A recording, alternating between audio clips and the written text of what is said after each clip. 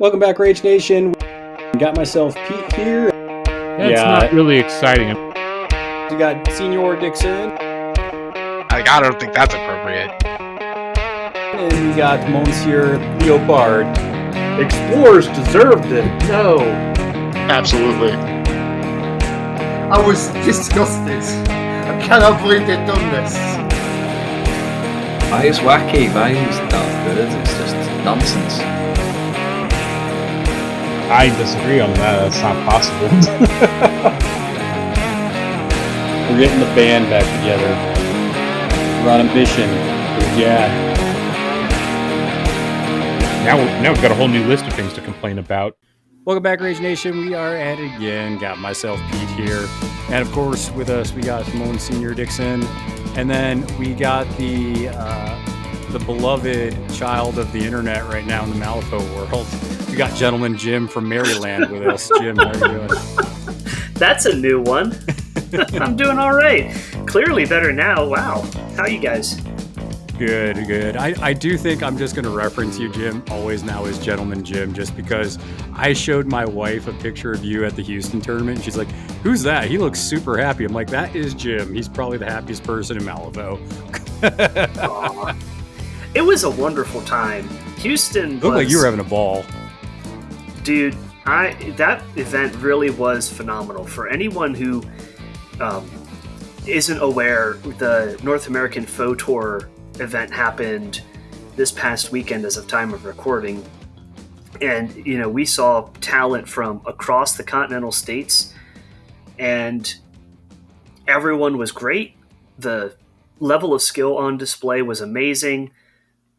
We had 2 people bring different baked goods to the event. Yeah. And I mean, truly, if you get a chance to travel to Dragon's Lair in Houston for any of the events that Doug puts out, do it. It's basically a con. Yeah. I was going to say, I was definitely going to go to this one, just life things got in the way, but definitely plan on going to the one in October that Doug's throwing the regular GT that he puts out. Yeah, but we're here to talk about Jim's specialty, apparently. Jim, I didn't even know you were this good with Dreamer Insomniac. Like, when did you start playing this ridiculous title? So, I played Dreamer as far back as in prep for Nova this past year. So when did it start clicking, though? Because I feel like a lot of people play the title and then kind of be like, I'll just play the original. It's easier. Okay, so legitimately, I have to give credit where it's due. There was a discussion on the Rage Quit Wire Discord about 2 weeks or so, or some number of weeks ago. I think it was 2 weeks ago because I remember talking about it as well. And some of the folks from the meta on the other side of the world from me were talking about Dreamer in a different way than I'm used to. Yeah, I think it was Liam from Australia specifically. Yeah, Liam was talking about it, and he mentioned a very different list. So for context, I had started playing Dreamer following a list that came out of the UK, which is heavy on the madnesses, the insidious madnesses. Yeah. And I've had mixed success with that list because it's really fast, but it does not have punch. And I don't think we're in a GG where you can afford to be 0 killy or minimal killy. You need some amount of offensive threat. Yeah, unfortunately, it capped at 6 damage, and it was 2 models. Yeah, it was not a super... So it was great at running the scenario, and you just kind of had to outmaneuver your opponent. So I put a fair bit of practice in with that version of Dreamer, and I had some success with it. And then Liam's talking on the Discord about a Dreamer build in his neck of the woods. I reach out to him. He is gracious enough to connect me with the pilot of that list, and we talked for a little bit. And it got your fancy up, huh? The more he talked, the more things made sense. And it was just a shift. It was a mindset shift about how to approach this master and his mechanics. I feel like that's how I started talking with some of the Europeans about Sandeep too. And once I started kind of connecting the different mindset you need, you really kind of start being like, holy crap, this is pretty good. Yeah, and I think it two thoughts on that before we dive further into it. Like holistically, I think it's really good to take some time to step away or look away from the online discourse about Masters in Malifaux. Yeah. I think a lot of great work that's been done and shared in figuring out what things do and what's good. But I think that we run the risk of entering echo chambers on Masters if we're like, oh, this is the list for something. Yeah. And then someone who isn't biased by that comes around and discovers something. It's a whole new world of possibility. I find that Liam's version was basically the same list that you described, except it was more consistently putting up the 6s, the 6 damage top end, but they were not scoring on the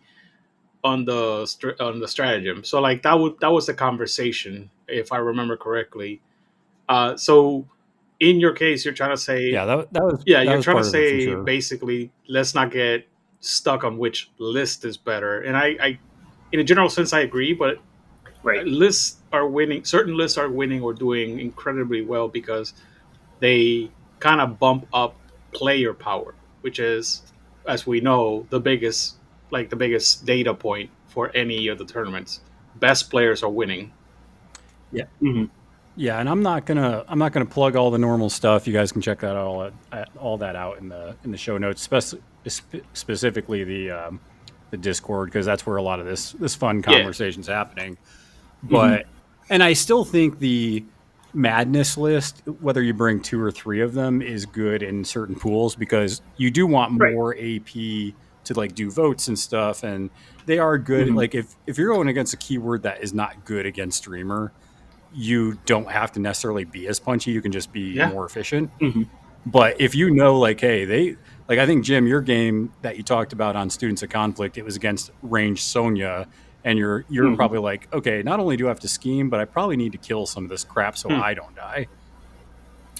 I mean, that was the pie in the sky moment, but I do think knowing your matchups is important. And I mean, to your point, Dixon, there absolutely are lists that work better in certain contexts. I think where I'm looking at for this is Dreamer has more than one specific list. Yeah. Oh yeah.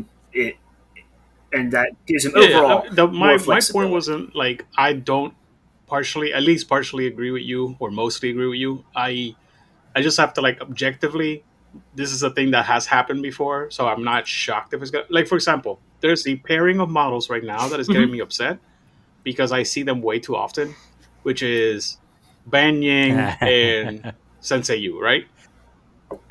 Sensei Yu! Look, they're just two bros out of the town. Literally, this is worse. They're being shoehorned in places they probably it's worse than Francois be. Back in the day. Like, Francois was taken in every single Bayou list that was competitively. Now, these two are 19 points and are taking in every single list. Like, so that's a good conversation about Thunders in general. The reason I bring it up is because both versions of the list of the Dreamer that we're talking about, which I guess we should start with at least. Do you have an example of the Insidious Madness version that you played in tournaments?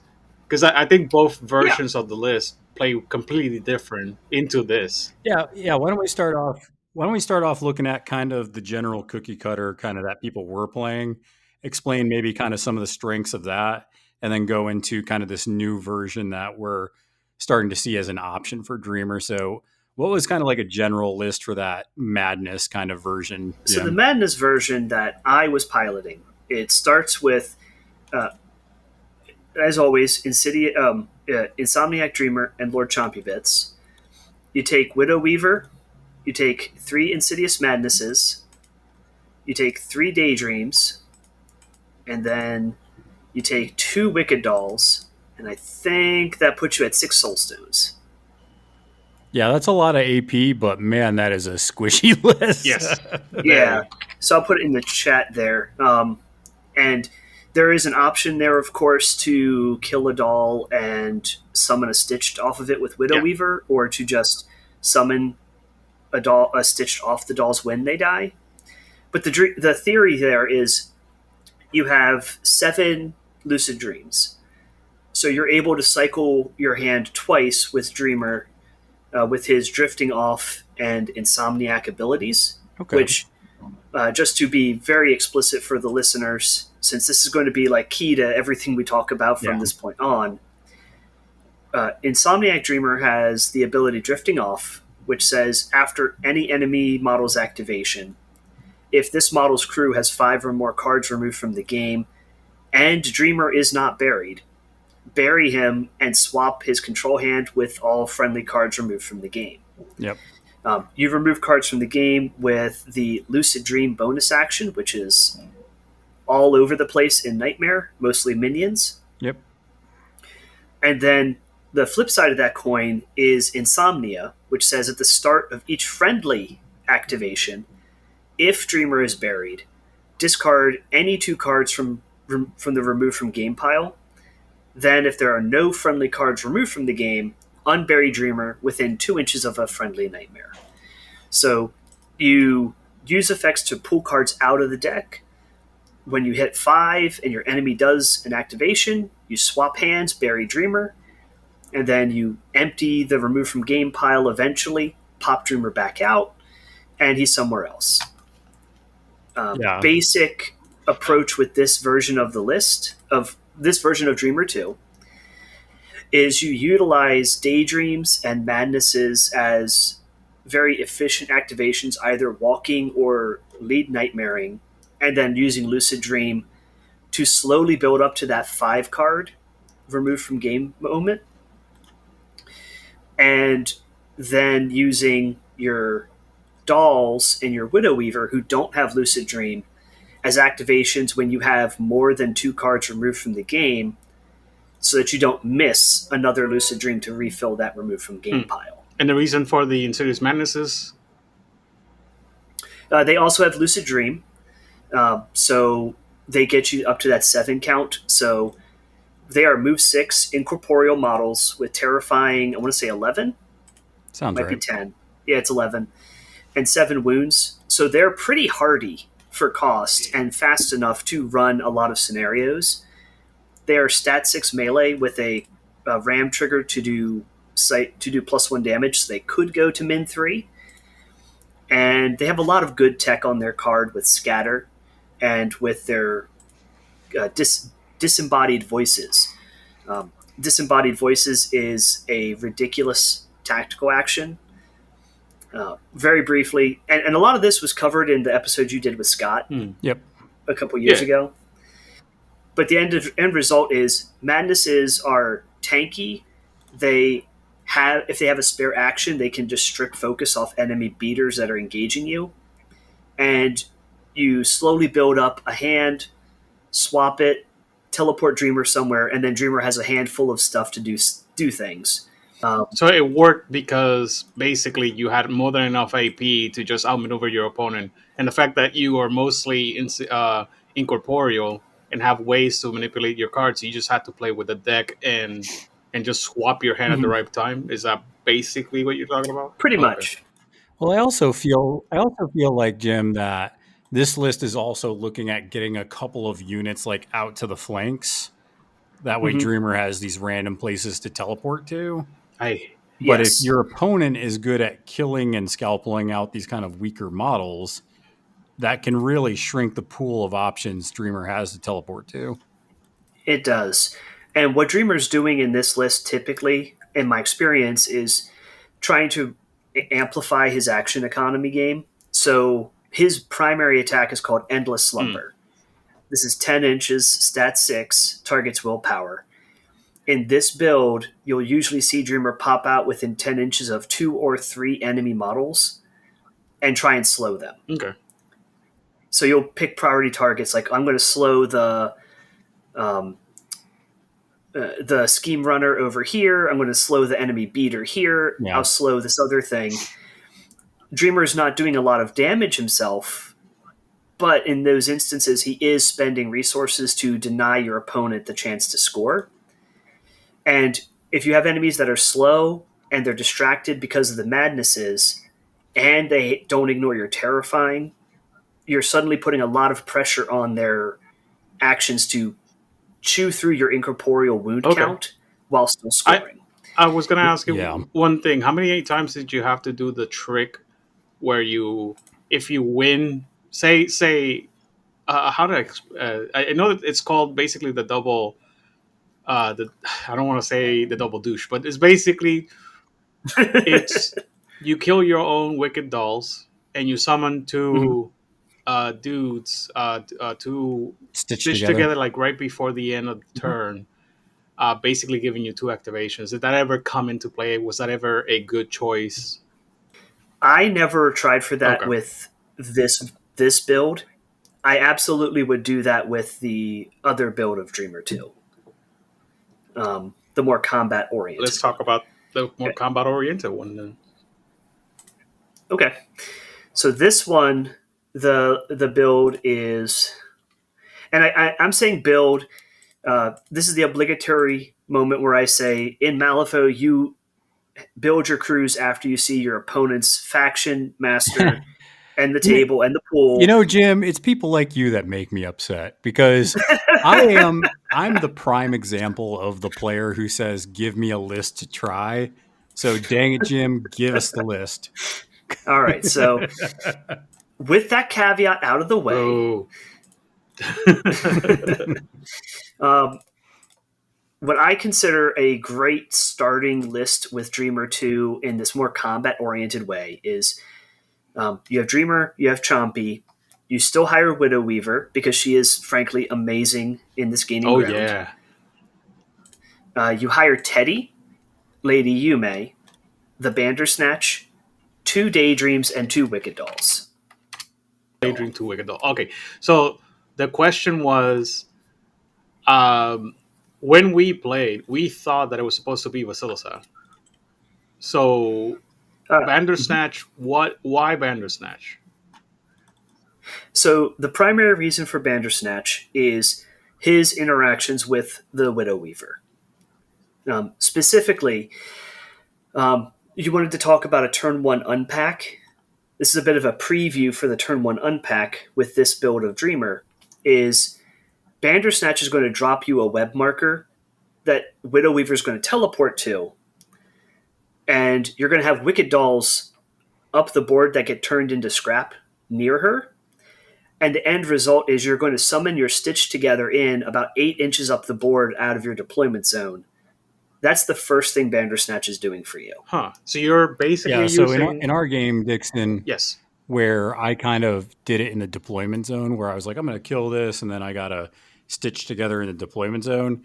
If you wait and you kind of, put the, the stitch together up the board by the Bandersnatch's web marker, then when you activate the Widow Weaver, you walk up, do it, and then you have a stitch together that's like, 8 inches up the board maybe? Right. So because both Bandersnatch and Widow Weaver have Seize Prey and Create Web, which does not have a flip, you just drop a web marker within 6. And it's drop, which is something very important for people. You can put this underneath models. Yeah. This actually matters. The thing that, like, the way my mental trick to remember this is that Create Web drops web markers. Which you would think Create Web would create a web marker. Right. And then drop the pianos from Zip creates piano markers. Jim, you are some kind of sorcerer. Okay. A wordsmith. Wordsmith. Mm-hmm. Weird just took those 2 terms that they defined in the core rules and just let's not talk about grammar and weird. This is we know better. So the Bandersnatch is a scheming piece.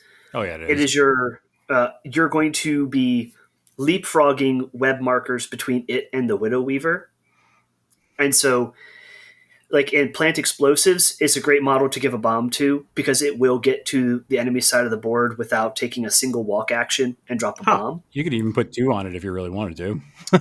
You could. That's dangerous because that makes it a hot target. I mean, the Bandersnatch is very easy to That's kill. that's what I was gonna say, because like this is one of those squishiest models in the keyword.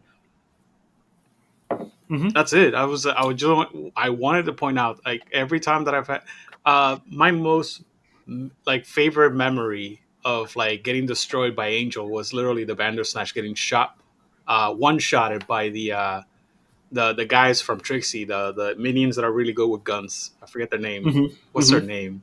Yeah, Bushwhackers. a Bushwhacker. bushwhacker one shot my Bandersnatch, and I lost my mind. Oh, cue that song. In the yard. So part of the approach here is that the Bandersnatch is viable in this build, primarily because if the build is functioning the way it's supposed to, you will have several layers of things in the enemy's face that they have to deal with first. Okay. But yeah, so that's what I would consider before we get into all that. So the basic list, 5 stones, is that 10 model count That crew. is an absurdly high number. Dreamer runs high, and I think that's for both versions of Dreamer, because Daydreams are so good for his game plan. I mean, you could have that you end up. Daydreams are so good. You could have just ended that. Yeah. Surprising. Yeah, but because of that, you do end up having a kind of higher model count. It's also why, specifically for Dreamer 2, I don't take Ancient Pact. Yeah, we noticed that too. For something that is supposed to be high aggro, I was shocked to see that. So the problem is, because we're running a 10 model count crew, even with +2 initiative from Ancient Pacts, the pass tokens I give my opponent mean that if they don't use the pass tokens, they're going to be at least even with me on initiative, if not higher than me, even with the Ancient Pacts. Right. And I'm summoning at least 1 Stitch turn 1, maybe 2 Stitched if it's a build that aims for more attrition. And in which case you're giving even more pass tokens to your opponent. Also, so it's just a quick point out, this build that you said, this last list, actually is easier to make it, because if I remember correctly, Consume doesn't eat the scrap, right? It just kills the model. Correct. So you can activate the Wicked Doll, just like pass token your opponent and kill it for free, basically. You can. However, there's a lot of value in Insomniac Dreamer in actually flipping cards to attack your own stuff. That's true. Because then if you catch those high cards, you can then activate Dreamer and put it in the kitty. That is, by the way, that is like the thing that keeps calling me back, because card manipulation of this level on the hands of somebody that knows how to pull it off is very tilting, like incredibly tilting. And I think something interesting about this list too, and this is why when people tell me models are bad, I tend to. There's very few models in the game of Malifaux where I'm like, okay, yeah, that's a kind of an unplayable model. Yeah. But people have told me before that Teddy is kind of a model that's like, man, I wish you could use Teddy. He's such an iconic model. Like, I can't tell you how many times I've heard that. So Jim, how can I possibly play this creepy teddy bear successfully in Dreamer 2? Well, there's a couple of things I want to say. He's defense 4. He's horrible. He doesn't have Heart of Wound. Why does he not have Heart of Wound? He's not a henchman. Jim, why would you bring such a terrible model? So there's a few things I want to say, but I do want to start by telling you that Teddy was very nearly the hero of my weekend. Nice. Yeah. Love to hear it. But the fact of the matter is, yes, Teddy does have a lot of downsides, and it is important to manage your expectations with him going into the game. Dude, how haunting is this card of Teddy first edition version? This is haunting. The first edition Teddy on the screen. really gathering that horror element. The exposed hole in his torso is a nice touch. That is, by the way, that's the nightmare version of first edition. Yeah, it lives up to the hype. It's so haunting. Yeah, it is haunting. But to answer your question, at the end of the day, Teddy is a stat 6 3/4/6 damage attack model with flurry. Yeah. His big problem is being delivered to the enemy. Oh yeah. And you have access to several ways of delivering him to the enemy in this crew. But the big thing that makes Teddy viable with Insomniac Dreamer is this little trigger on lead nightmare that Dreamer has, which is called Anirophobia. What it does is, and I'll kind of read it in conjunction with the action. Yeah, because I actually read this wrong the first time that a local played it, because we actually thought the trigger buried the opponent model. Oh, right. It does not. So lead nightmare is the same thing daydreams have. It just moves a friendly nightmare 3 inches. Onirophobia says that you choose an enemy model within 2 of the target, and since that's not in italics, it's not a cost you pay when you declare the trigger. So functionally, you move the model 3 inches, and then anyone within 2 of that final position can be chosen. Once you've chosen a model, you bury the nightmare that you pushed, and when it activates, it unburies in base contact with the chosen model. Now, if you're up at... Sorry, Jim, I have one question about that before you get into all your sweet dreams that you tell us about this this trigger. If the target dies, do you then, when you unbury with the model when it activates, you then unbury in your deployment zone? Is that how that is correct? Unfortunately, yes. Or fortunately. Yeah, depending on... I actually have a story about that from the NAFT weekend. Oh. Spill the tea, Jim. So, not Teddy, but Chompy. Okay. My first round opponent was Rob out of the Pacific Northwest on Misaki 1. Mm-hmm. And it was plant explosives on standard, and his crew included Sun Wukong and Desper LaRoe. So he had Sun Wukong on one flank and Desper on the other flank, and then Misaki and Ban Ying kind of going around the middle with Shadow Ninja nonsense. Sure. And Fuhatsu right in the middle of the board. Man, what a gross list. It sounds like cancer, no, yes. We were bringing our A game. That is cancer. No. The thing that I wanted to point out there is, so in that game, I was able to send Chompy off on one flank towards Sun Wukong because I was able to use Lead Nightmare to push him into position to walk and then twist reality Sun Wukong with the On Your Heels trigger, thanks to a sweet 13 of masks that I pulled into my hand with Dreamer. That's what I was going to ask you. Holy. And then plopped right next to him and started punching him. And then on the following turn, had Dreamer pop up over there and then bury Chompy into Sun Wukong. And then because Sun Wukong's willpower is, I want to say, that's the reason why I was going to ask you. Yeah. My opponent didn't have the best of hand at that point, so Dreamer was able to actually kill Sun Wukong after he was buried. Oh, yeah. Like having a 13 is basically calling your opponent. You're like, okay, there's 5 cards in the deck that can defend this. Do you happen to have one in your hand? And if they don't, they're kind of dumb. Yeah. And so Sun Wukong has a demise effect where he dies, but he gets buried instead. Yeah. Chompy hadn't activated yet. And on the other flank, Ban Ying had run into my deployment zone to drop some markers. So I just go with Chompy and say, all right, Chompy activates. He doesn't have a legal place to unbury, so he unburies engaging Ban Ying in my deployment zone. Nice. And then he punches Ban Ying. And then Trelagor. And then punches Ban Ying. Which denied a scheme that turn, yes. Nice. So that's an example of using a next level play with Dreamer that came up at this event. That is hilarious. So, like... Yeah, go ahead, Jim. Sorry. I was just saying, like, so just to get back to Teddy. The Teddy, his weakness is being burned down, but he can generally take 1 activation's worth of aggression. It's multiple activations of aggression he can't handle. Yeah. So if they go in on him and drop him to like 4 wounds because of his between his armor and stuff, and then you bury him, now he can still pop up, regen a little bit, and he's probably in position to punch something else before he dies, in which case, great. You get another bunch of attacks. And if he kills something, well, he's got that trigger to heal, so he might, in fact, heal back up to a bit. Yeah. But honestly, I did not have a game where Teddy... I had one game where Teddy lived to the end of the game.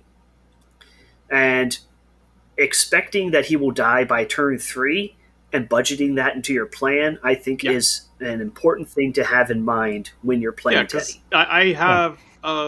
unfortunately, Delirium took over for me for Teddy in a lot of the ways, but Teddy still has 2-inch reach, which is key in a lot of matchups, in my opinion. The 2-inch melee is something that we can't ignore, and it's kind of sad that we kind of like forgot about it in conversation. Like 2-inch melee used to be like the difference between like, oh, I win this matchup. Mm-hmm. It's a very important part of his kit. I do want to point out again, like you brought up consume earlier. Consume is important because part of that unpack you do with Teddy in the list is you want him to punch your dolls, and some days you just flip the Black Joker when you're punching your own doll, and you don't want to spend an entire Teddy activation punching a Wicked doll to make scrap. So consume helps you do that. Yeah. But you know what consume also lets you do? You're summoning like stitched together, and there might be random Wicked dolls running around, and sometimes a good consume just tops Teddy's health off, right? It sure does, and then you can summon another stitched off that corpse that scrap that dropped. Or, and this is the one that I didn't get a chance to do this weekend, but I'm looking forward to, is you send him up with Chompy. Chompy goes, punches something. Teddy goes, punches something. Eats Chompy, and then Dreamer summons Chompy back. Yeah. And you get 2 Chompy activations. Nice. Oh my god. On top of an 8 wound swing for Teddy. I just processed that in my head. That is not okay. What? So obviously, Jim, you had to have tested this out before you decided to solo it in Houston. So what made you, when you were testing this out, what made you go, you want to know what? I'm just going to slam this all 5 rounds in Houston. Like what kind of really got the juices flowing for you to make that idea? So I played a local Adam at my friendly local game store, Titan Games and Hobbies in Timonium, Maryland. Shout out to them. And that was like my one game I had in time to test for the event. Yeah. I felt comfortable enough with the Madness Heavy list that I could take that for the Plan Explosives pools and probably the vote pools. And then I had been, and I'm still working on Zoraida. And my plan was, if this version of Dreamer works, I can incorporate that into my pile I'm taking to Houston alongside Zoraida because she's also good at this GG and I'm practicing her. Yeah. Oh, yeah. Adam was playing Jackdaw, who's a really good... To me, Jackdaw is a great test crew because he asks a very hard question. Yeah, he does. Yeah. Which is, can you deal with not having a hand while I murderize you? Yeah. And I take that as a good proxy for any crew that provides a lot of aggression on you, taxing your resources. I do want to point out that we are so jaded that we take that as one question when in reality it's like 3. Yeah, right. Yes. Like, can you do the strategy and the schemes? That should be like 1. Can you, like, there's so many levels to that one question that you pose. But that is a very good gatekeepy kind of way to test a tournament crew. Is if your crew can handle Jackdaw, basically, then you're good to go. Right. Or any skew kind of like list that like really goes hard into one thing, like a Hoffman. Can you deal with a Hoffman? Can you deal with a Somer Swarm list? Stuff like that. Reva? Can you deal with Reva? And so I decided, you know what? I'm going to test it, and I had fun working with it, and it clicked for me how it worked. I was able to make the engine run, and you were starting to see it kind of like, you know, the beautiful mind. You were lining it up, right? Yeah, it was making sense to me, and so I felt, okay, that feels good. I'm going to bring both Dreamers with me. That's a good way to I see them. didn't end up finishing painting the Zoraida stuff, so I left it at home. Sure. But I took both Dreamers. I have played Dreamer 1 a fair bit. I have taken him in... I've not taken him in this GG, but I've played him a fair bit in GG 3, and I feel he's pretty good at Raid the Vaults. And he also offers a lot of fun tricks in Cloak and Dagger because his summons can pop in and steal markers after he's, the turn after they're summoned. Yeah. So I figured, worst case, I bring this, I get some practice games the night before, and if it doesn't feel like it's matching the scene, I can default back to Dreamer 1. Okay. That's kind of so. I have Dreamer 2 for the schemy pools, Dreamer 1 for the punchy pools as a baseline. But I'm hearing like this version of Dreamer can punch as well. So let's see if that works.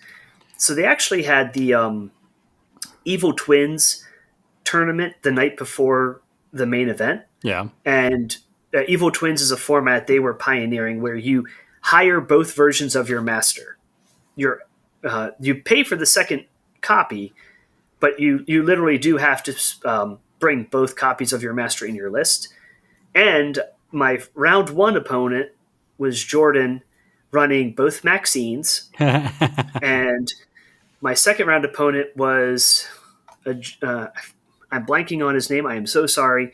Another fantastic gentleman from the Pacific Northwest running both Rivas. Nightmare. Great. Coincidentally, that double Riva game, I have not laughed that much or that hard in a long time playing Malifaux. It was just it was a great game, but it also was a good opportunity to see Dreamer 2 in action. Yeah, some of the plays, right? Some of the plays.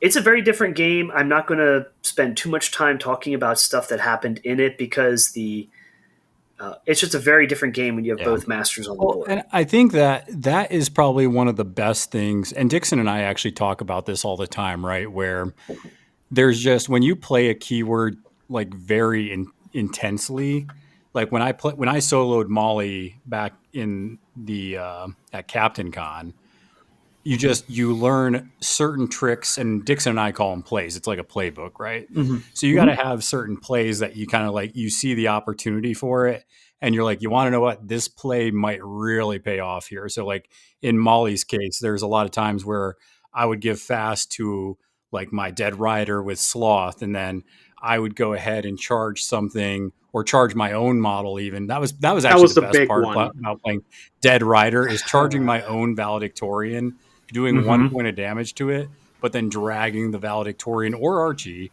like 10 or 12 inches up the board. It plays like those, when you get deep into a keyword, are so interesting and awesome when they pay off. Not from this side of the table, you jerks. Yeah. So I want to talk about that now real quick. Yeah, go ahead. Because here is one of those plays for Dreamer 2, for any Dreamer build. Widow Weaver. Amazing model. Not just because she never has to walk, because walking's for peasants. Because especially if you bring Bandersnatch, you will always have webs for her to jump to up board before she activates. She has Venomous Strike, is a melee attack, stat 6, 2, 3, 4, and poison 1. It's not min 3, but it's like diet min 3. Yeah, because of poison. Because of the poison. So that's nice to have. But you're not bringing her for melee. But if you look at Venomous Strike, and you look at that mask trigger into the Dream Web, it is not enemy only. True. Into the Dream Web reads, you place the target into base contact with a web marker within 8 inches of this model. And it's not enemy only either. Correct. So, a play that I will regularly do with the Madness-based list with Chompy, and I actually did it with Teddy and with Dreamer to tie my final round, is you get any mask in hand, you punch your own model, relenting. You'll probably do 1 or 2 damage most, plus poison, but that you'll heal that back. Yeah, it doesn't matter. And you get an 8 to 9. A web marker is a 50 mil. So you're looking at a potential 8 plus 2 for 10 plus Widow Weaver's base, call it 13 plus a melee range of 1. You could be a 14-inch displacement on your own model up the board. Yeah, it's like, hey kids, do you like on your heels? Do you like it not having to get the dual winning? You can just do this, and you can do it on a 2 of masks. Great, fantastic. I mean, you're technically winning the duel. It's just this was done in the V1 version of Malifaux 3rd edition, so nobody was thinking, hey, displacing friendly models, who does that? And the answer is degenerates like me. Yeah. You could have ended with degenerates, because I do it too. No, I think that's exactly what we're talking about with these playbook plays, right? Yeah. Like there's certain things in your crew where you want to know kind of the shenanigans you can pull off, because there's sometimes where you look at a tournament game and you're like, I need to get to that side of the board. How do I best do that? And when you have tools like Into the Dreamweb, because you can do that all in the Widow Weaver's activation, because you can activate, create a web 6 inches that way, charge 5 inches that way, place whatever model you attack, 8 whatever inches away, and it's pretty ridiculous. It is. It's so dumb. She just suplexes them. Yeah, somehow. Yeah, it's one of those her little parasail. She's one of the most used models outside of keywords in the faction, at least in Vassal. And honestly, there's good reason for it, especially because we said it at the beginning of this episode, hey, she's very good this GG. And frankly, there's not that many options that are as good as her in Neverborn for this GG. Yeah. No, she is phenomenal. I don't think she has reached the point of being a problem. Oh, good Lord, no. Because she is very easy to counter if you can get a hold of her. And not only that, there's so much marker removal right now. Yeah.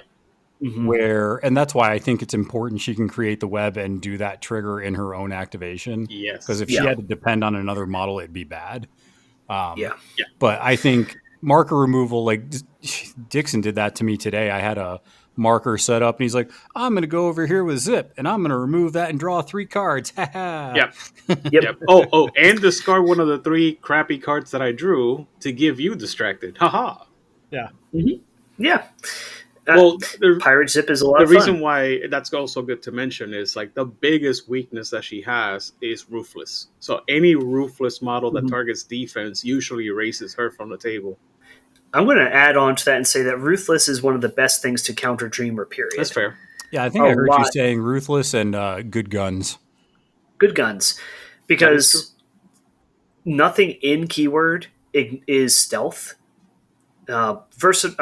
Wicked Dolls are stealth, and they are phenomenal hires for any Neverborn crew, particularly Dreamer, because they have special interactions with Widow Weaver by being baby stitched. But also, when you do the stat rundown, a lot of Nightmares average a defense or willpower 5. I am not sure how that changes with the new Delirious Thralls, because I think in theory you put up that aura that lets you share the pass around attack trigger, and you can pass it to a friendly and then they don't discard, and then you can essentially be like a really bad version of Nexus's We Are Legion. Yeah. But yeah, so like that doesn't change the fact that it's pretty easy if you can get a gun on this crew. You'll have stat advantage, and they don't have a ton of damage mitigation. They have my question, Jim, to you though is, when during round 1, because I assume there had to be something with round 1 where you were just like, I think I can run this just the entire tournament. Like what caused you to just, because when I played Molly in Captain Con, I think it was round 2, I was just like, well, you know what? She's just killing it. Let's keep throwing the old gal on the table. So what went through your mind where you're just like, you want to know, I'm going to keep slamming this on the table because it's doing work? I want to say, and I may not be remembering accurately, so I'm going to pull up my game in the app real quick. Because mine was when I played Molly, I was like, Mhm. I was playing against Shame. I knew Seamus was probably hitting the table because it was Raid the Vaults, or and I was just like, you want to know what? I'm just slamming Molly down. She's my best master. Let's do it. And I ended up winning that game too. And that game specifically, I was like, well, if she can win in my bad matchups, let's just keep rolling the dice. Oh yeah. Yeah, so my game isn't as helpful as I wanted it to be, but my answer is going to be, I want to say around mid game. I was able to not only get Teddy in to do some damage, he did die, but yeah, I'm going to say it was probably turn 3 or turn 4 when I had a stitched just blow Misaki off the table. And at that point, I had also repelled Desper. I think I even killed Desper. I'd killed Wukong once, but he was now on the other side of the board free of me. But what can you do? Yeah. Wukong's so fast. I'd killed Jin. Like, I'd killed a good number of his models and mitigated the others through positioning. And I just kind of felt like, I feel like I have a commanding position of the board, and I've met a Misaki crew on the field of battle, and I've been able to out attrition them. Yeah. That's kind of surprising. I feel like I can keep going. I mean, with this. congratulations, because like Misaki can two-shot a Teddy basically if she has the right cards. She can.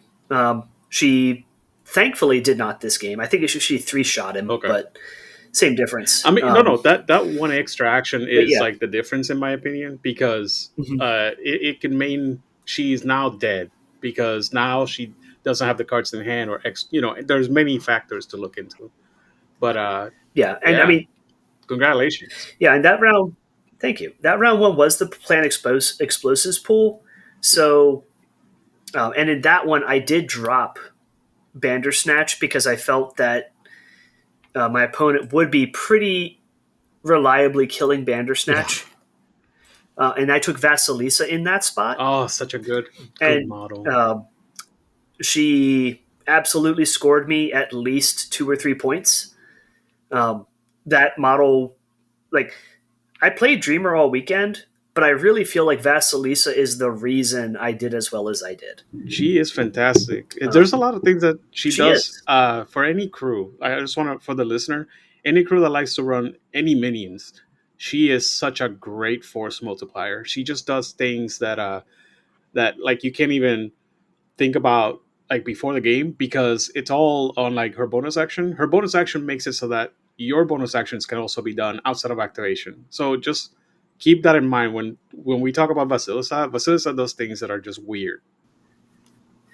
She does. I will admit, I think I only pulled the strings in one game. Okay, listen. Dixon's like hiding this because he doesn't want people to know about it. But Tangled Threads is the most annoying thing that you will never expect. If you don't play against her a lot, this is the thing that will like ruin your turn, because if you're not expecting it, like half of your crap will be staggered. This is a true thing. I forgot about Tangled Threads because we're talking about Dreamer. Because when I pick Vasilisa, I usually also pick one Wicked Doll or the Emissary and Hinamatsu. Like, I love Vasilisa, but I like the also synergy. Stitch her puppets as well. Yes. So you're going to have like 3 or 4 stitched on the dang board. Correct.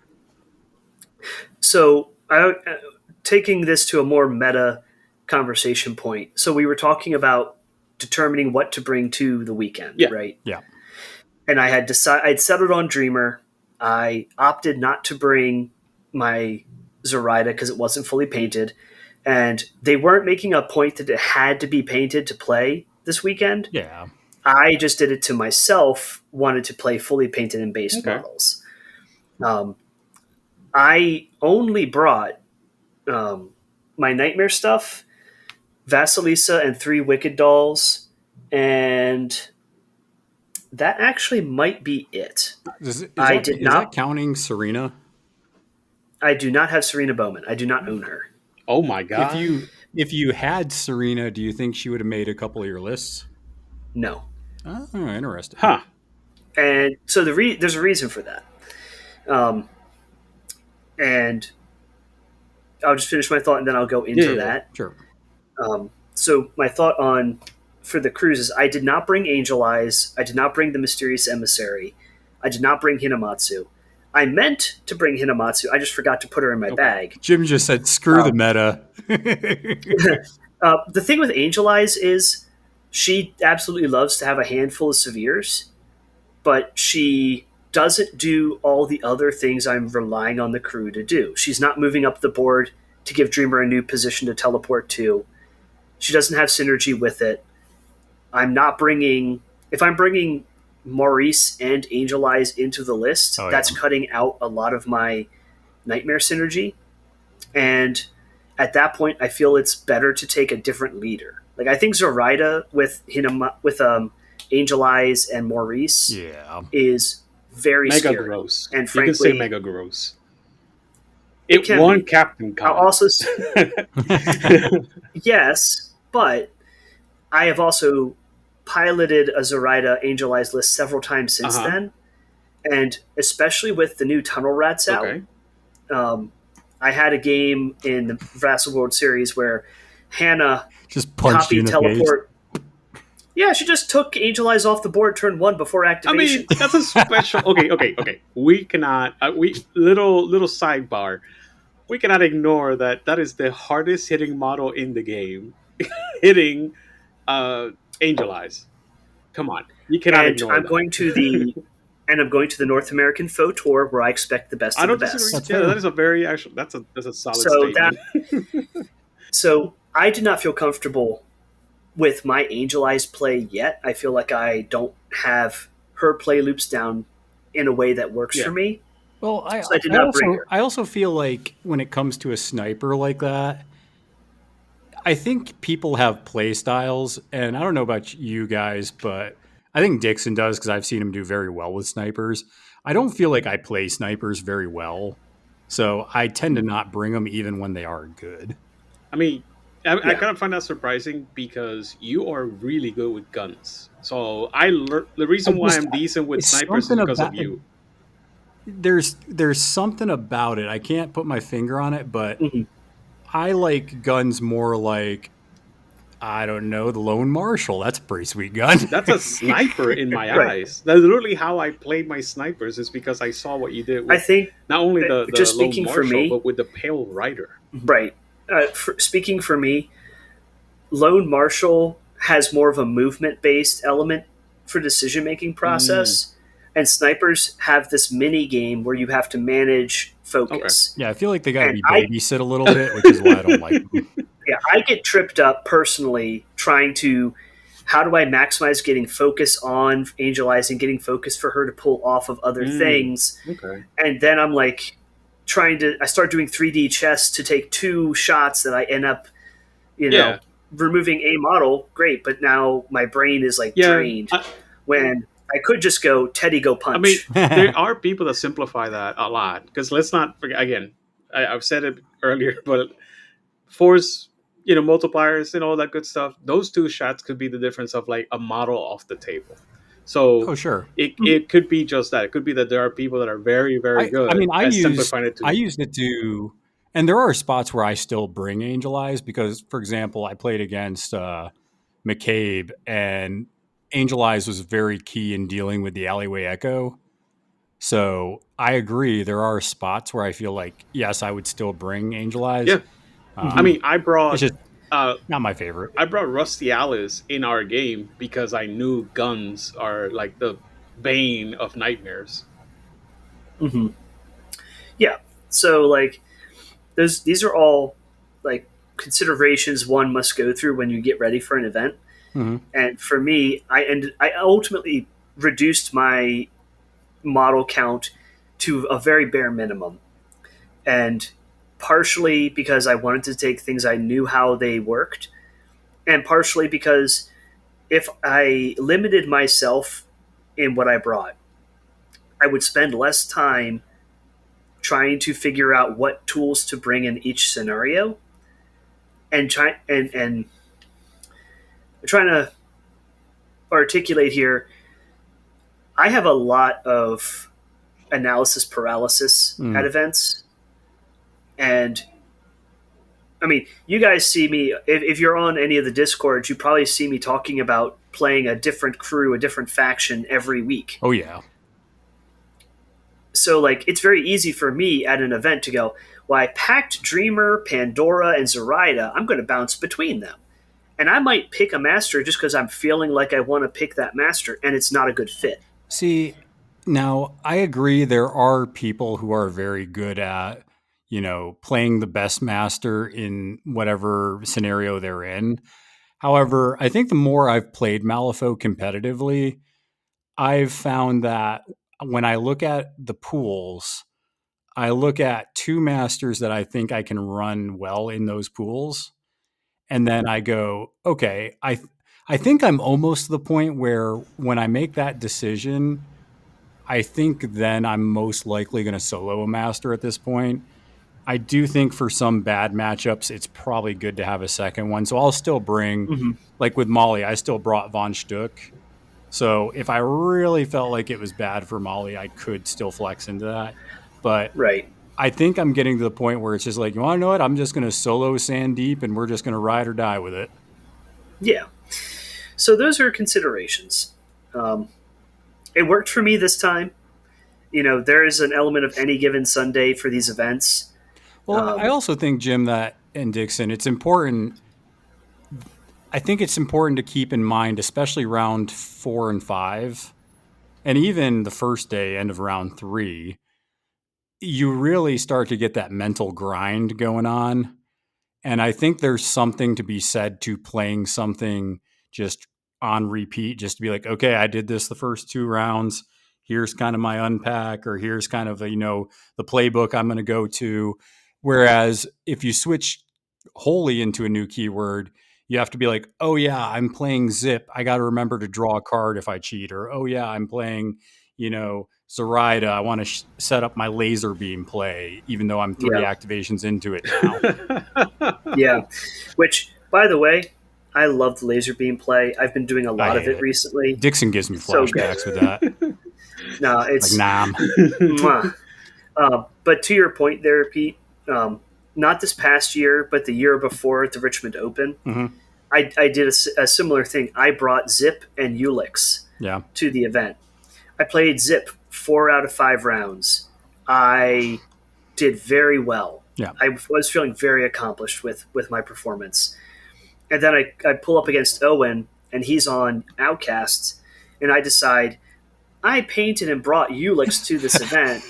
I have 1 round left. I'll bring Ulix into Outcasts.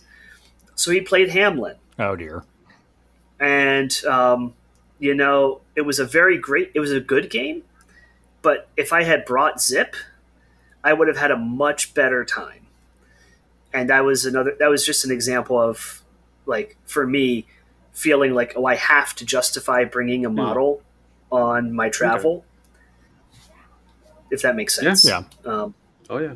But so that's kind of those thoughts I had in prep for the event. And then at the event, after I decided, I can do the Dreamer 2 thing, and I'll keep going with Dreamer 2. And then if I have a really bad loss, you know what, then I'll probably switch to Dreamer 1. Just never happened. It didn't. Yeah. I tell you, end of day 1, I was riding high. I was really worried about the next day. I'm glad you finished well, because, when you're doing that well and you start getting smashed the second day, it's like, I was doing so good yesterday. What happened?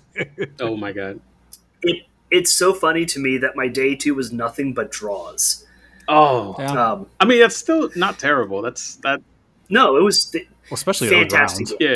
I mean, I also want to point out, talking about Dreamer and stuff, I just realized Carver is in that keyword, and I completely forgot about it. Well, yeah, he is a thing. That means I did tell a bit of a fib. I own a Carver, but I did not pack him for this event. I think that you are perfectly fine. Dude, it's so sad. Why? Yeah. I don't see a point where I would have brought Carver if I had him. If you wanted to show off your iconic Carver? I don't own an iconic Carver. Okay. But I kind of want to get one. They look so good. I do bring him out against things like Jackdaw. So I do that. That makes sense. I actually would not. if I was playing Sandeep, I would not like to see him because I have a lot of focus. Yeah, that's specifically like in tech matchups, and we talked about this before. He's one of those models that you have to think about outside the box. We when we started the episode today, we said let's not get bogged down with this list is it, and you should never play anything else. Oh, And I you've think ruined my day Carver's with there. Carver, so I'm not going to poo poo him because he's not unplayable. He's a very corner case tech piece. He is. He is. Yeah. He's one of the 4 models in the entire Neverborn faction that are roofless. And I may be wrong on that. And he does have Breath of Fire, which is one of the best ranged attacks in the game. Not long range, but it's a really good attack. It is one of the better attacks in the game. Yeah, I would say probably top 40 best attacks. I value it. I value it because with focus, the potential damage output that 4 Double Blast 3 can do with burning, it scales well, is the way I look at it. Oh yeah. Because the extra burning might as well be end of turn, take 1 more damage. And I wish I had Delirium. There were a few pools I would have brought Delirium if I had him, but I don't own Delirium, and I don't have a proxy for him. But when he's out, he'll be added to the bag. So I just verified, by the way, and technically there's 6 roofless models in Neverborn, but 2 of them are masters. One is a totem for Pandora, and it's not roofless. It's just it turns off roofless. And the other 2 are Carver, Hooded Rider, and the Lich King. So basically just the Hooded Rider and the Carver. That's it. Yeah, I feel like that Carver can be min 4 though. That's something. I mean, technically he is. Stat 7 min 4. I mean, come on. It can be. Technically he is min 4. It's just the problem is he doesn't usually end up being 4-4-6. He ends up being like take 2, I attack you again. It's certainly an option, and with the high cards you get in hand, you do threaten to land a lot of hits with him. So there is something to be said there. I feel like he would see more play if he was like 8 soulstones. Oh, that's a little low. I'd agree. At 8 soulstones, he's a steal. Well, I think he's 8 soulstones, drop him to 8 wounds to compensate, but keep everything else the same. Yeah. I think at that point he's a reasonable model, but I think the problem is Shears being the same attack that Karai has, and Karai's not supposed to be a melee monster. Right. Also true. I mean, he could have the. They could give him like spooky Shears, and then have it be like a real attack. But I don't know if you wanted to transition to some of those like turn 1 unpack talk, or if you had other questions about the event. Yeah, let's go. One. Sorry, Dixon, go ahead. No, just real fast. Any tricks? Remember the whole thing with the hand? I am very curious if there's any real life tricks, like something that you leave on the table to remind yourself. Is it just you play with the cards to remind yourself? So I have permanently burnt into my internal retinas 5 or 5 plus. Okay. And so when I'm playing this version of Dreamer, and in the builds that we're talking about that are more heavy on the enforcers and henchmen hired, you don't have a lot of lucid dreams in the crew. You probably noticed that when we were laying out the crew. And the point there is that the primary source of cards removed from the game is Dreamer himself. Yeah, it's so good that Counting Sheep is a built-in trigger for Endless Slumber. Otherwise, I feel like it would make it way harder to manage. Yes, if it were not built in, or if it were enemy only, I don't know that Dreamer... I think Dreamer would have to have other adjustments to his card to be functional. Yeah. But as it is, the general play loop I was practicing with Dreamer is you just use Endless Slumber on a Daydream 2 or 3 times turn 1, and then you have the best version of Tools for the Job in the game. Yeah. Nice. So when you're doing that whole turn 1, the turn 1 unpack, let's just do that. With the default list that we talked about earlier, where it's 2 Dolls, 2 Daydreams, Widow Weaver, Bandersnatch, Yume, Teddy, Chompy, Dreamer. Your first couple activations are the dolls, and they're just going to move up about 5 inches to where when they die, their scrap will be within 3 of where Widow Weaver will be.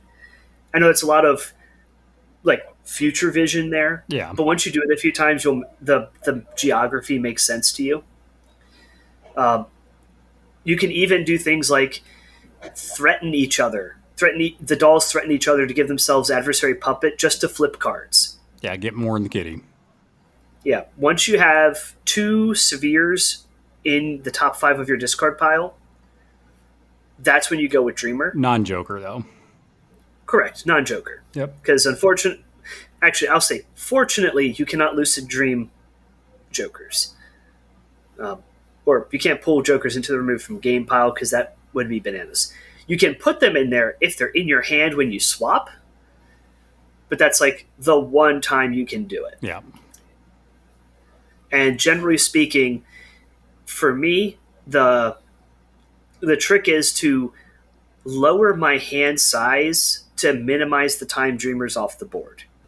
This is mostly good practice for when you're up against the rare person who attacks buried models.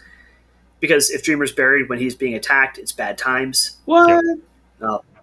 Yeah, right?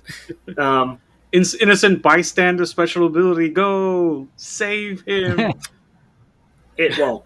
It won't. And that's the other thing is when I'm playing the madness-based Dreamer, you kind of need Dreamer to be more upfront and slowing enemy models because your only offensive threat is Chompy in that list. Like your real go out and kill something is Chompy. Yeah, Chompy's back gets pretty sore after carrying the game there. Right. And then when Dreamer's within 10 of an enemy model, I find that's when he dies. Because he does just die. What? Nah. He does not have the durability in either form, but you kind of want Dreamer 1 to die, and Dreamer 2 you do not want to die. Yeah, so and so when you activate those and you move the puppets up. Yeah. So I guess even before we get to moving forward beyond that, Jim, are there groups of models that you tend to deploy next to each other? Because I found that the Widow Weaver is mobile, but sometimes I feel like Teddy wants to be nearby so he can benefit from a heal. I don't know if you have like pockets or groups that you deploy and kind of move in like units together. I'll deploy 1 Wicked Doll with Widow Weaver and the Bandersnatch adjacent to the Widow Weaver. Yeah. That'll be 1 deployed module. Teddy will be close by, but not like right up against, because the goal with Teddy is to charge, punch the doll, because you're essentially taking that first walk out of your deployment and getting a free swing that turns into a scrap and fills your discard with cards. Yep. And then if you Black Joker that attack, you're in range to consume the doll to still get the scrap. And then you focus Teddy turn 1, and you have like that flank is Teddy near the center, Widow Weaver and Bandersnatch on the outside. Because Bandersnatch is going to go wide after he drops the web for Widow Weaver. And Widow Weaver wants to stay kind of near the middle because you want her to be within 6 of stuff dying, because she has that ability Stuff of Nightmares where she gains stuffing tokens when stuff dies. Stuff. To summon more Stitched. On the other side of the board, that's where I'm probably going to put Chompy. So I could put Chompy and Teddy, like, they're kind of trying to hold the middle for me. And I'll put the other doll on the other side by himself, because the other doll is my scheme running doll. If I'm running a triple doll list, I'll put 2 dolls near Widow Weaver, because the basic math I've been using is you take X plus 1 dolls. 1 doll lives to be a scheme runner. The X other dolls are scrap markers turning into Stitched as early as you can. Yep. Okay. So you want all those near Widow Weaver so that she's in range to summon off the scrap. Yume can be close by, but she has a pretty wide aura for that. When stuff is placed, she gets to scry the top card of the deck effect. Because if you're summoning 2 Stitched, it's nice to have her nearby so that the first one summons, and and then you can peek and see if you're going to Black Joker the second summon. That ends up heavily putting a lot of your models in that zone. So I will put Chompy, the other doll, and if I'm running a Vasilisa in that game, Vasilisa will go with the other doll for scheme running That's purposes. kind of interesting. Lady Yume doesn't trigger as much in Dreamer because not many place effects. She doesn't. You do, in theory, get to proc it every time Dreamer unburies near Right. her, which is useful, Ish. but it's ish. What Yume does for you is she controls the unbury speed a little bit Yeah. better. And Torturous Trance, not even It's really good. not joking around to the listeners, that ability basically increases everybody's terrifying check by 1 or 2. Because injured affects your willpower, and your willpower is what you're going to be, you know, it kind of works out better than you think. Just that 1 damage. It is. Yeah. The fact that it sets off all of your willpower based heals, Yes. it's injured is just an amazing trigger. And, you know, with Dreamer, I find Yume is much better about being either a single target damage threat with that puncture trigger or healing your crew. And this is why I don't take Serena. Nice. Even though even if I had Serena, I would save her for Dreamer 1. Because she is not a very fast lady.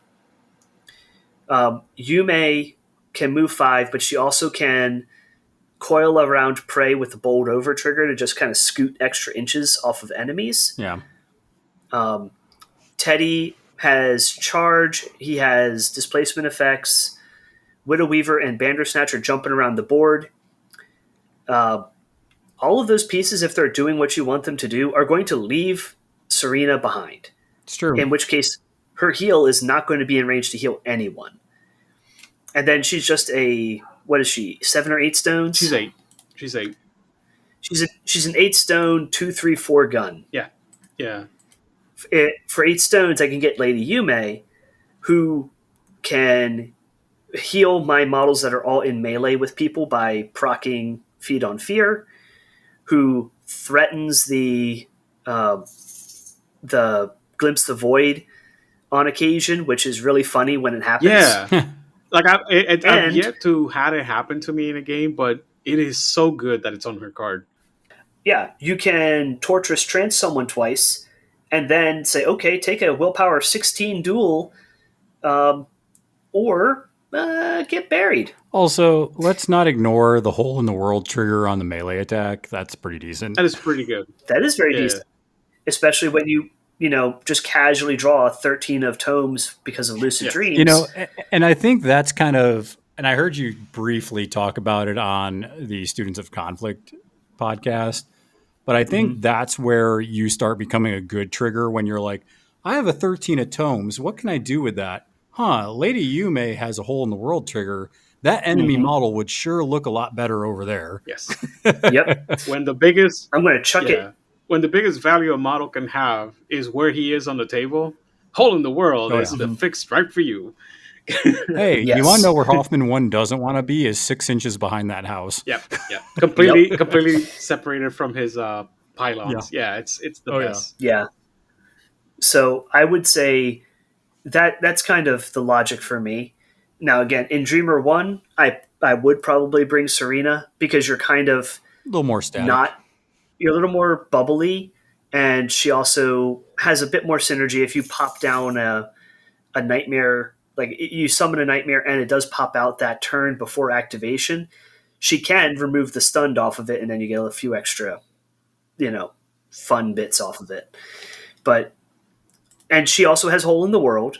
Like, Serena's not a bad model by any stretch. I mean, but she's not as good when you outrun her. Yeah. It's the thing. It's like play style does impact how good models are.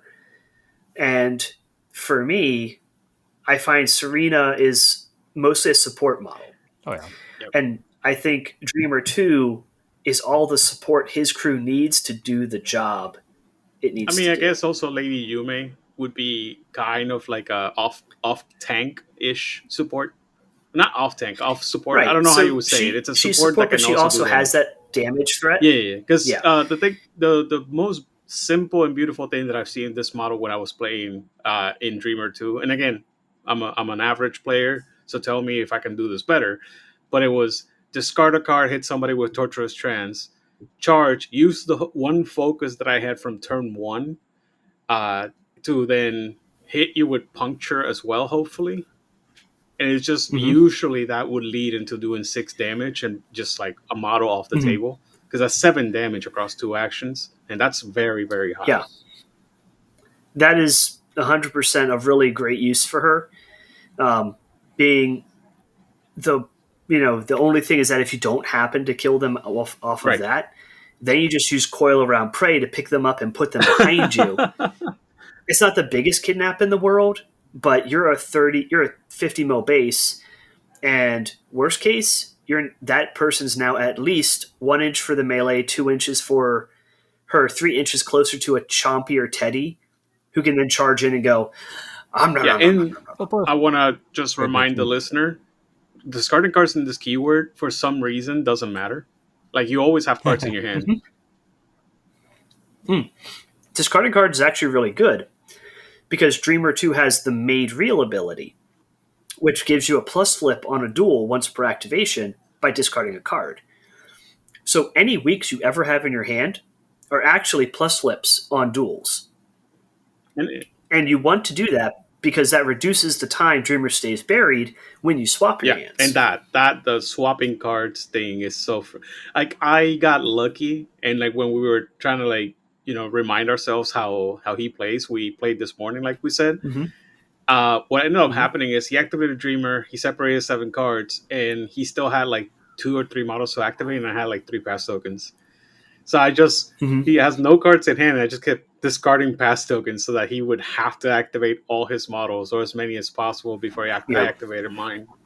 It was just funny. So that's... I want to talk about that a little bit, because in this weekend, the only game where I lost Dreamer 2 was the round 4 game against Grant. And the key part of what he did was pretty much that. Oh.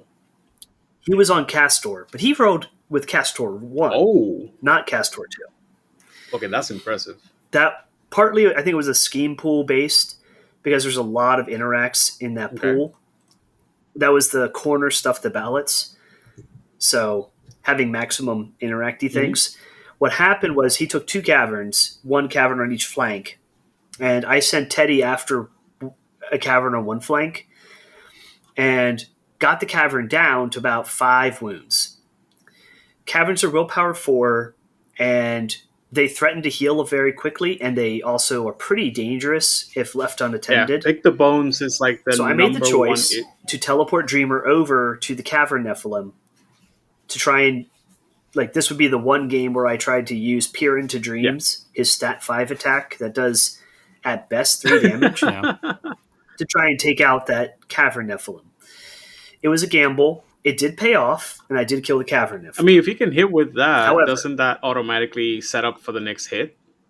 It can, but if you're looking to kill the model and you flip a 10, a 9, a 10, a 13, and a 1, you're like, well, yes, I can cheat Severes, but if Dreamer is attacking you, he's not pulling those Severes back into my remove from game pile. So I'm burning those resources and I'm not recouping them. And I have to discard the weaks to make you go away. So we're stacking the top of your deck with moderates and severes so that when you go next, you're going to have a nice top of deck. And so what happened was, I'm trying to remember the exact sequencing. Essentially, turn 1, I get in with Teddy and I drop the cavern a little bit. I have 6 cards removed from game, all severes, but he hadn't spent a single pass token. And he only had 7 models. So by the time I went with Dreamer to remove the cards, he was like, all right, I'm out. Board is yours. Dang. And I went, oh no. I wasn't paying attention to that. I was trying to be cagey and summon Stitch together and do their thing. Yeah, And so you didn't get the payoff that turn with your high cards. I didn't get the payoff until the following turn, at which point I think his cavern like swung at Teddy a few times, but didn't do too much. Yeah, he went first, and I think he went with the cavern to punch Teddy, and Teddy was like, "Whatever, dude."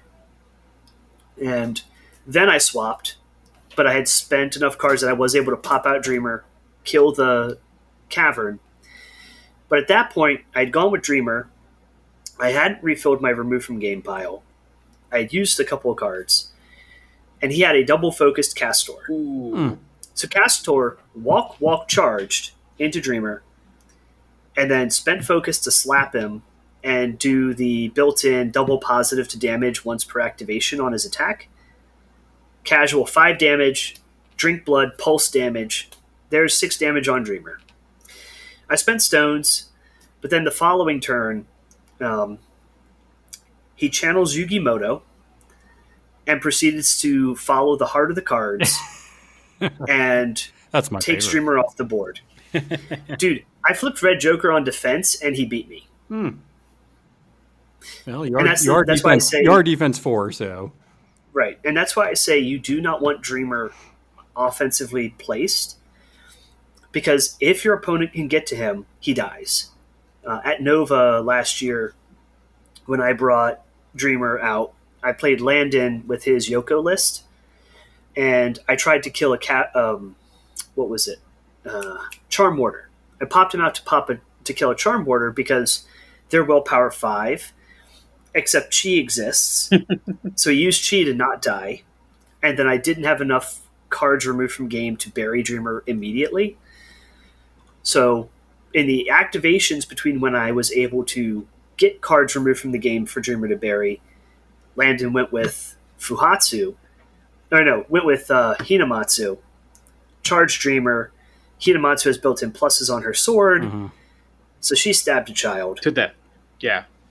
This is Yes. like one of the And most then- prime targets for models like Hinamatsu. It's so dumb. Right. And then, when I played against Grant, I also ran Dreamer 2. He was running Cooper 1 in that matchup.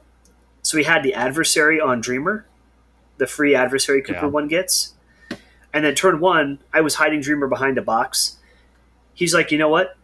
I'm going to triple walk Lord Cooper and spend his bonus to shoot Dreamer for 7 in the face. Dude, it's just oh my god, I am having flashbacks. So again, I'm not trying to beat a dead horse here, but I am trying to say it is not hard for masters or stone users to get to that plus flip to get a hit in on Dreamer. His defensive kit may as well not exist. His real defense is not being anywhere near the enemy. yeah, I mean that's his mobility, right? So I think Right. And in that game that Dixon and I played today, I did have an opportunity to pop him down within probably 7 or 8 inches of the first mate, and I was like, if I go down there, first mate might just try to chew him up, so I'm going to stay up here by these little daydreams. I was kind of baiting. I was like, come on, there's 3 targets that you can hit me with the Come Dreamer, on, right? don't you want to land over here? Yeah, Come on. yeah. So it's totally within the 12 inches of Rusty Allen's. You got this. You got this. Yeah, you're fine. It's fine. What could possibly go wrong? Possibly Dead. go wrong. And so, yeah, and so that's kind of what the turn 1 looks like. Just getting back to that is you try and fill stuff in your discard to draw it out with your Dreamer activation. You summon Stitched and then send them forward.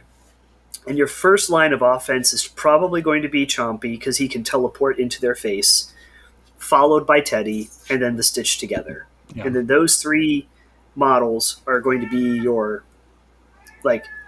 try and get as many enemies as they can in their melee and either take them out or tie them up while your spiders run your schemes. And that's why I'm saying Bandersnatch has hopefully got people between him and the enemy because, yeah, they may have a sniper, but if there's a Teddy engaging the sniper, they're too busy dealing with him than they are to shoot your spider. Who thought it would be okay to have that mask trigger on the Peer into Dreams to summon Chompy back?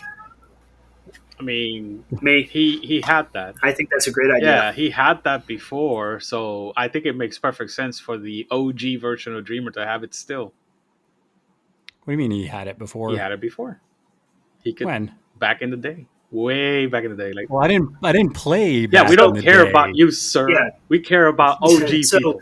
I will say the fact that Dreamer doesn't summon in Insomniac form outside of Chompy is a good balancing act because But you have the ability to summon Stitch together still. Yeah. you do. Don't And lie to me. I'm not disputing that, but I'm saying Dreamer himself. A lot of the power of Dreamer 1 comes from the fact that he is summoning in a nice toolbox of minions. Yeah. You know, a summoned Madness is very disruptive. Yeah. A summoned Alp is a great tar pit. A summoned Daydream is a model. And a summoned Delirious Thrall might be a good disruption piece as well. Yes. I can for sure say they Oh. are very good at just ruining Yeah. people's plans. Where I'm going is losing access to that toolbox and paying for it. It's kind of like the inverse Raspy problem. Like, would you hire a December Acolyte? No. But you'll summon Yeah. one. It's true. That's true. I wouldn't hire an I mean, I wouldn't summon. but I sure would I summon wouldn't one. even summon an ice dancer. So how do you fix that? I'm joking. I mean- we don't have to go down that rabbit I hole. mean, I was just. Yeah, no, I was going to say, there's only so much time in the day for that one. All I know is you guys are tempting me with all this soloing of Dreamer talk, of having me just solo Terra is what I feel like I'm going to do now. Oh, You should, man. you're thinking about going Solo to Terra. Outcast? No, just Terra. Oh, that's what I'm saying. Like, because the thing is that when we play Terra, she is powerful. I'm not gonna lie. We've had some games. She's more my play style than your play style. I feel. Absolutely, I agree. But like, it's been working. Like, even if I don't know or like what she does, she just wins randomly. Yeah. So I don't know. This definitely has like all the good like feels of kind of soloing, and there's a lot of power to that. And I just got to tame my gamer ADHD to be strong enough to solo masters in important events. I mean, I wish that I had the temperament that Jim does to play Dreamer more, because he does so many combo intensive stuff that I yeah, do you don't enjoy. play Dreamer a lot. I think you should give Insomniac maybe another shot there, Dixon. I did. The problem is that it was. I mean, I guess I just. Yeah, you didn't play this kind of beady list though. That's true. I did the other one, the Insidious Madness thing, and I was happy with that. This is chock full of the Dixon special. It's not that bad. I will say, I strongly encourage anyone listening, if they're interested in Dreamer, to give this a try. It is going to take there's a lot of ways you can build it out, but just that fundamental idea of try and have models that can use Severes well. Like, it very well could be that you play this list with Angel Eyes instead of Teddy, and it works great for you. That's great. Give it a go. Let us know in the Discord. Or better yet, I challenge anyone listening who is interested in playing Dreamer.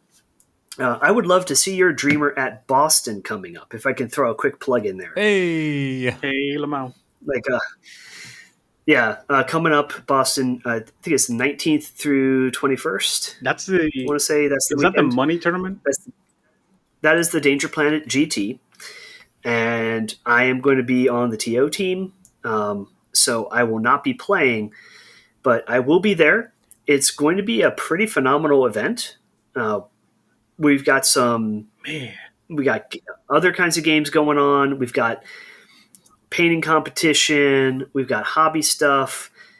We've got a karaoke night planned. It's going to be great.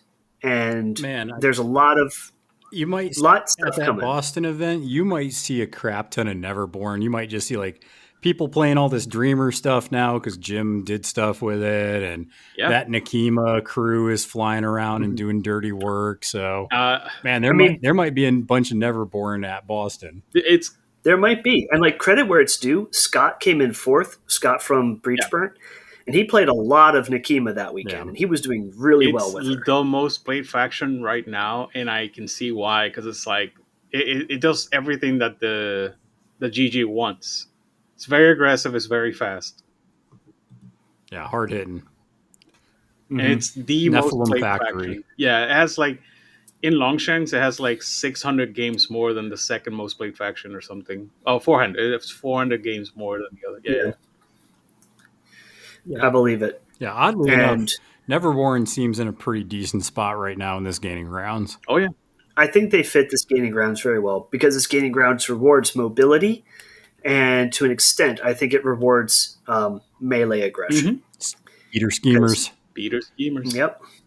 As much as I don't hear too much in the cosmos like that, like, looking at forums, looking at discords, but it's happening. People are just jumping models. Yep. Well, Dixon, you got any closing thoughts on the Dreamer before we wrap this thing up? I did not miss the child, dang it. I'm gonna start seeing him a lot more because it is true. Like when we talked about it with Scott, he's gross. He is fast. He goes everywhere. He may not do like an absurd amount of damage, but that doesn't matter. He's going to win you games by getting victory points. Yep. Yeah. Like little parting tech for you. In this gaining grounds in particular, he might as well just choose to gain 2 VP at the start of the game if ensnares in the pool. That's fair. Because Dreamer just makes ensnare happen. Waking Nightmare is a clutch bonus. That is such a solid bonus that What, Pete? But you have to I wish that was. I was gonna say I wish that was like on a lot of masters where it's just like, hey, friendly keyword, go ahead and drop a scheme marker because it's not even interact. It's just, hey, drop it. No, but it like on Exactly. game is more gross because you effectively get like 11 cards every turn. It's really good. And yeah, that's about the extent of there's so many more techs out there, and I'm sure I'm only scratching the surface because frankly, as much as I have put in time with Dreamer, I'm still learning stuff every time I play him. Yeah. And that's what's got me excited. And I'm actually probably sticking with Dreamer for a minute. Yeah. And I was going to say, even though that's kind of the thing, because you've been talking with a few different, podcasts about this, and, hopefully ours gave a little different perspective where people can, I think we did more of a macro kind of scale of things and zooming in where it felt appropriate. And I think once again, if you want a deep dive of what Dreamer does, when we had Scott on, he did a great job. Yeah. That'll be in the show notes for this. But then also the Students of Conflict, you guys focused on a whole game, but because Doug was like, what does this do? You actually did a good job of doing a mini deep dive on top of that. So that's a good one to go listen to as well. Yeah, I mean, I recognize that 3 podcasts about Dreamer in short succession are going to be a lot for people and probably try and find something else to talk about. But seriously, he is such a fun master to play. This will actually be a 2-week break in between it because we got one coming out before this. And it was such a fun event. I really hope more people are able to make it next year. Yeah, if you get a chance to go to any of the big Houston events, it's definitely worth it. And I would encourage you to, if you have one choice throughout the year, that's the one that I would always go to because, one, Houston's just a good city. There's a lot to do there, a lot of good food, but the events are just well run and bigger. You can have fun at Las Vegas or Chicago, but I choose Doug's events or Captain Con because those two are the biggest events that you're going to find for Malifaux in the States. Yeah, absolutely.